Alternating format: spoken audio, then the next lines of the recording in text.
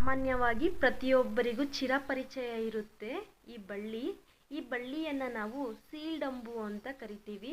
ಈ ರೀತಿ ಕೊಡಿಯನ್ನು ಗಿಲ್ದಾಗ ಹಾಲು ಬರುತ್ತೆ ನೋಡಿ. ಈ ಹಾಲನ್ನು ಸುಟ್ಟಿರುವಂಥ ಗಾಯಗಳಿಗೆ ನಾವು ಲೇಪನವನ್ನು ಮಾಡಿದಾಗ ಸುಟ್ಟಿರುವಂಥ ಗಾಯಗಳು ವಾಸಿಯಾಗುತ್ತೆ.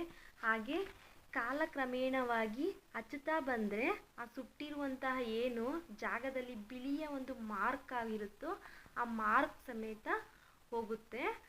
ಇದು ನೋಡಿ ಬಳ್ಳಿ ರೂಪದಲ್ಲಿ ಹಬ್ಕೊಂಡು ಹೋಗಿರುತ್ತೆ. ನಾವು ಮುಂಚೆ ಎಲ್ಲ ಒರೆಗಳನ್ನು ಅಂದರೆ ಸೌದೆ ಒರೆಗಳನ್ನು ಕಟ್ಟೋದಕ್ಕೆ ಅಥವಾ ಮೇವಿನ ಒಂದು ಒರೆಗಳನ್ನು ಕಟ್ಟೋದಕ್ಕೆ ಬಳಸ್ತಾ ಇದ್ವಿ.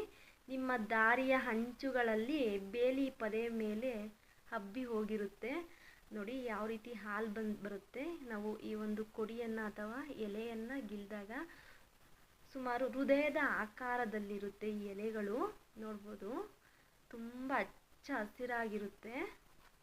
ಹಾಗೆಯೇ ಸುಟ್ಟ ಗಾಯಗಳಿಗೆ ಮಾತ್ರ ಅಷ್ಟೇ ಅಲ್ಲ, ತುಂಬ ಮಂಡಿ ನೋವ್ತಾ ಇದೆ ಅಥವಾ ಎಲ್ಲಾದರೂ ಕಾಲು ಉಳುಕಿದೆ ಅಂತಂದಾಗ ಈ ಸೊಪ್ಪನ್ನು ತೊಗೊಂಬಂದು ಚೆನ್ನಾಗಿ ಬೇಯಿಸಿ, ಅಂದರೆ ನಮಗೆ ಈ ಒಂದು ಬಿಸಿಯನ್ನು ತಡೆಯುವಷ್ಟು ಪ್ರಮಾಣದಲ್ಲಿ ಈ ಸೊಪ್ಪನ್ನು ನೋವಿರುವಂಥ ಜಾಗಕ್ಕೆ ಕಟ್ಟೋದ್ರಿಂದ ಆ ನೋವು ಕೂಡ ನಿವಾರಣೆ ಆಗುತ್ತೆ.